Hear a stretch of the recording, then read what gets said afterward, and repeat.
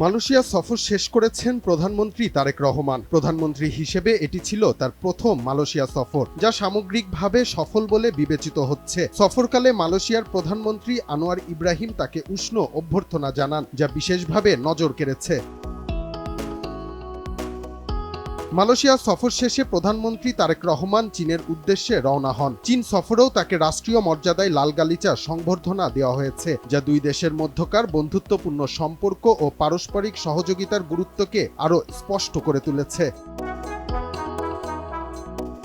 প্রকাশিত একটি ভিডিওতে দেখা যায় তারেক রহমান চীন পৌঁছালে তাকে বিমানবন্দরে অভ্যর্থনা দেওয়া হয়। এই সময় লিয়াওনিং প্রদেশের ভাইস গভর্নর এবং চীনে নিযুক্ত বাংলাদেশের রাষ্ট্রদূত বিমানবন্দরে প্রধানমন্ত্রী ও তার সহধর্মিণীকে স্বাগত জানান। বিমান অবতরণ করার পর তাকে লাল গালিচা দিয়ে স্বাগত জানানো হয়।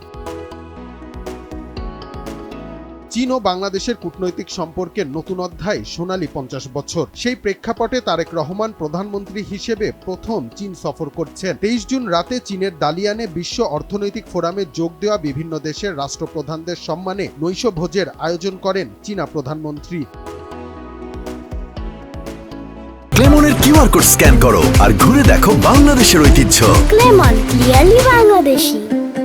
এছাড়াও তিনি ওয়ার্ল্ড ইকোনমিক ফোরাম আয়োজিত গ্রীষ্মকালীন দাভোস সম্মেলনে অংশ নেন। চীনের আন্তর্জাতিক সম্মেলন কেন্দ্রে অনুষ্ঠিত এ আয়োজন ছিল 17তম annual meeting of the new champions. 90টিরও বেশি দেশ ও অঞ্চল থেকে প্রায় 1700 প্রতিনিধি এই সম্মেলনে অংশ নেন। প্রধানমন্ত্রীর অংশগ্রহণকে বাংলাদেশের জন্য গুরুত্বপূর্ণ কূটনৈতিক অগ্রগতি হিসেবে দেখা হচ্ছে। এর মাধ্যমে নতুন বিনিয়োগ, কর্মসংস্থান এবং আন্তর্জাতিক সহযোগিতার নতুন সুযোগ সৃষ্টি হবে বলে আশা করা হচ্ছে। রিশাম সাহাব, দেশ টিভি।